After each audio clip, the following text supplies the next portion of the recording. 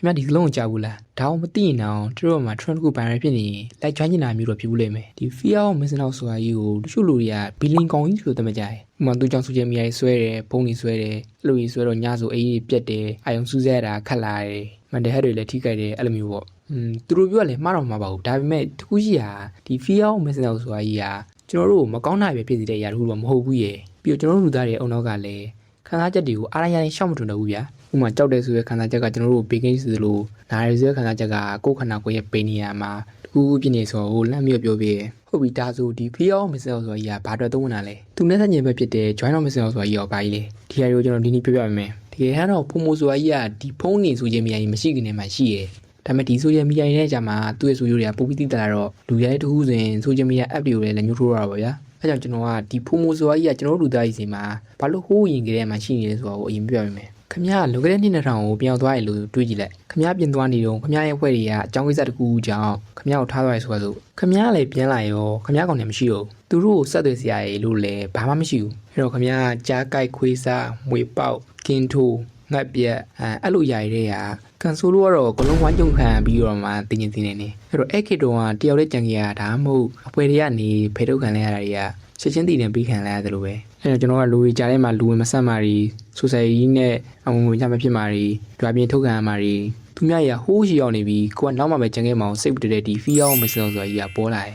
်ဒါပေမဲ့ခက်တာကြတော့ခစ်တွေပြောင်းလာလို့ပုံဝင်းကျင်လည်းပြောင်းလာကြီးကြားကြိုက်ခံရမှာလည်းစိတ်ပူကြမလို့လို့မွေကြိုက်ခံရရင်တော့ပဲစိတ်ပီတွေထိုးပြီးတော့အေးစေးလေးချင်းနေလို့ရတယ်အဲ့လိုအဖုတွေမရှိတော့ပြီမဲ့ evolution ကြီးကနေရလာခဲ့တဲ့ဒီ FOMO ဆိုတာကြီးကကြတော့ကျွန်တော်တို့စီမှာရှိနေတော့မယ်အတုံးလဲဝင်နေတော့မယ်ဒီဖုံမိုဆိုတာကြီးကြောင့်သာသူများတွေကတင်ယူကြိုးစားနေတဲ့အချိန်ကိုကလည်းနောက်ကျမကြံကျင်ခဲ့တဲ့စိတ်ကြောင့်လိုက်ပြီးလေးလာဖြစ်တယ်။ networking လုပ်ဖြစ်တဲ့ network ကောင်တွေကတော့အခွင့်အရေးလည်းရရဲ့စားရှိတယ်မျိုးပေါ့။အဲ့လိုကောင်းကျိုးရရှိရဆိုပေမဲ့ခုခေတ်မှာကျတော့ကျွန်တော်တို့ကသူ့ရဲ့ကောင်းကျိုးတွေထက်သူ့ရဲ့ဆိုးကျိုးတွေကိုပဲ social media ရင်းကနေတဆင့်လာပါဆိုပြီးလက်ရလန်ခေါင်နေသလိုဖြစ်နေတယ်။ social media platform တွေဆိုတာကျတော့ကိုကြည့်နေတာတွေကိုပို့ပြအောင် algorithm တွေနဲ့ကျွန်တော်တို့လွတ်ထားတယ်။ကျွန်တော်တို့က line ပေါ်မှာသူများတွေအပြင်ထွက်ပြောပအိမ်ဒီကားတွေဝယ်လုံးဝ daily ကျဲလူရဲ့ post တွေကိုမြင်ရတဲ့အခါလူတော်ဝါရကိုမှမရှိတော့ပို့ပြီးတော့တန်ရှင်းပေးကြတော့ပို့ပြီးကြီးဖြစ်တယ်ဗျာအဲ့လိုနဲ့ကြည့်တော့ရများလာတဲ့အခါအုံနောက်ကဟာမဟုတ်သေးပါဘူးငါဘာကြီးလုံနေလဲငါဘာကြီးလွတ်နေရလဲဆိုပြီးတော့တွေးမိလာတယ်အဲ့လိုတွေးမိလာတဲ့အခါစိတ်ညုံခံရပါလေရောစိတ်တွေညစ်ကိုပေါ့ကိုပုံဝင်မကြအယူတွေပြက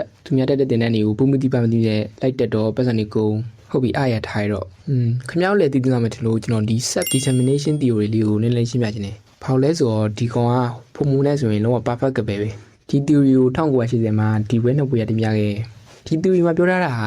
လူတယောက်ကစင်ရတာဖို့ဆိုရင်ဒီသုံးခုလိုပဲပထမတစ်ခုကသူများလာမခိုင်းမနဲ့ကိုလို့ရှင်အောင်လုပ်ပိုင်ခွင့်ရှိတဲ့ autonomy ဒုတိယတစ်ခုကကျတော့ကိုယ့်ရဲ့ကျွမ်းကျင်မှုရည်ရှင်ဖြစ်တဲ့ competence နောက်ဆုံးတစ်ခုကကျတော့ကိုယ်နဲ့အခြားလူတွေရဲ့ connection သူတို့ကတော့ relatedness လို့ခေါ်ကြတယ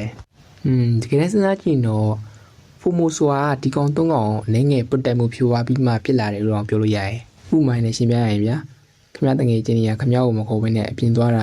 ာကိုနဲ့ယူရီယာပွဲရီယာနိုင်ငံခြားရောက်ပြီးတော့အော်မီနီယာကိုတွေ့နေရတာကိုဖုန်းလေးကကောင်းရတာနဲ့ဖုန်း brand အသစ်တစ်ခုထွက်တာကိုတခြားသူတွေလက်ဝဲလို့ဆိုပြီးတော့ဖင်ရပြီးရှော့ဝဲရခုကျွန်တော်ပြောလိုက်တဲ့အရာတွေကိုကြည့်ကြည့်ရင် FOMO ဆိုတာကြီးကလည်းဒိုင်းနဲ့ပဲဆက်ဆက်နေရအောင်ခမရတွေ့ရလိမ့်မယ်ကဲဟုတ်ပြီ FOMO ဘာလို့ဖြစ်ရလဲဆိုတဲ့အကြောင်းရင်းကိုတီးတော့တီးသွားပြီးဆိုတော့ဘယ်လို counter ရမလဲဆိုတော့ကျွန်တော်ထပ်ပြီးပြပြပေးမယ်တကယ်တော့အများကြီးမလို့ပါဘူးဒီကောင်လေးရှင်းရတယ်လူရဲ့သူ့ကို join တော့မစင်အောင်ဆိုပြီးခေါ်ကြတယ်သူ့ရဲ့ဒေးပြတော့ရှင်းတယ်ကိုမလို့နေတာကိုမတက်နေတဲ့အတွက်လိုက်စိတ်ညစ်မနေပဲနဲ့ကိုဘွားကို easily ချေးပြီးတော့ပြပြလေးပြတဲ့နေအောင်ဆိုလို့ကိုကဒီ mindset ကိုထားနိုင်တဲ့အခါကိုရဲ့ရွေးချယ်မှုတွေကိုကိုဘွားကိုဆုံးဖြတ်လာနိုင်တယ်ကိုကိုလည်းတန်ဖိုးထားတက်လာသလိုလက်ရှိပြဿနာမှာပဲနေတက်လာပြီးတော့ကိုရဲ့မိသားစုအလုပ်ကိုဝဒနာပါတွေကိုပြေဝကိုအာရုံစိုက်နိုင်လာမယ်ဒါပေမဲ့တန်ရင်စီလွင်ပေးစသလိုသူ့မှာလည်း FOMO လိုပဲရမ်းလွန်လာရင်တော့အနှုတ်လက္ခဏာလေးရှိတယ်ဘာလဲဆိုတော့လူပတ်ဝန်းကျင်အတိုင်းအဝိုင်းဆိုဆိုင်ကြီးနဲ့ဆက်သွယ်ပြလာမယ်ချင်းတော့ကြလာမယ်ကိုကဒီဂျုံမိုဆိုတဲ့ပေါင်ကြီးထဲမှာပဲအမြဲနေနေတဲ့အခါတွေ့ကြုံတစ်တီပြောစရာကြီးဆိုတာမရတော့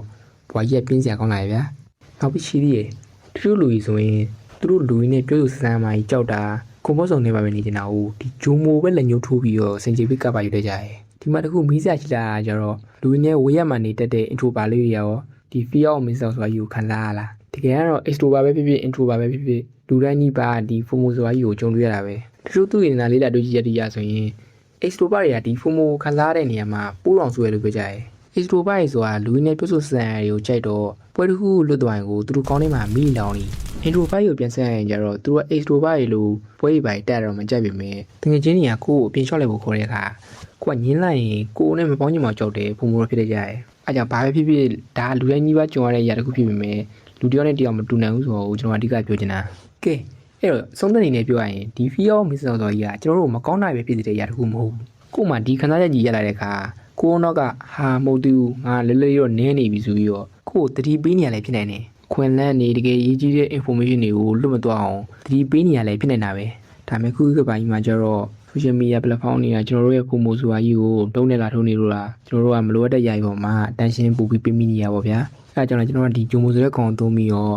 ကိုယ့်တို့တကယ်အရေးပါတဲ့ຢာကြီးပေါ်မှာပဲအာရုံစိုက်တဲ့နေအဲ့လိုအာရုံစိုက်နေလေကိုယ့်ဘက်ကိုထောင်မကြမိအောင်အရင်မတင်းကျပ်မိဖို့လည်းလိုရယ်ဘာပဲဖြစ်ကျွန်တော်နောက်ဆုံးအနေနဲ့ပြောချင်တာကကျတော့ဒီ fear of missing out ဆိုတာကြီးကိုကိုယ်ကခံစားရတဲ့အခါသူများကြီးလုံနေတဲ့ຢာကိုကိုယ်ကမလုံနိုင်လို့ဆိုပြီးစိတ်ညစ်နေမယ်စားဒီခံစားချက်ကြီးကငါ့ကိုဘာပြောချင်တာလဲဆိုတော့ကိုယ်ပြန်မေးတဲ့နေကိုယ်အနေနဲ့တကယ်ပဲတည်တည်တဲ့ຢာတခုကိုလွတ်နေရလားဒါမှမဟုတ် algorithm ပဲကိုယ်ပင်ကိုမိနေရှုနေတာဆိုပြန်သုံးရကြည့်ကိုတကယ်တည်တည်တဲ့အရာတွေဆိုရင်တော့ attention ပေးတဲ့ပေမဲ့လိုအပ်တဲ့အရာတွေဆိုရင်တော့လက်ကလေးထောက်ပြပြီးတော့ view ကိုစိုက်မိနေကဲခင်ဗျားတို့ကိုက FOMO ဆိုတာကြီးကိုခံစားရတဲ့အခါဘာတွေရှောက်လို့လဲ comment ထဲမှာနှီးမျောပြလဲသွားကြပါအောင်အားလုံးပဲbye bye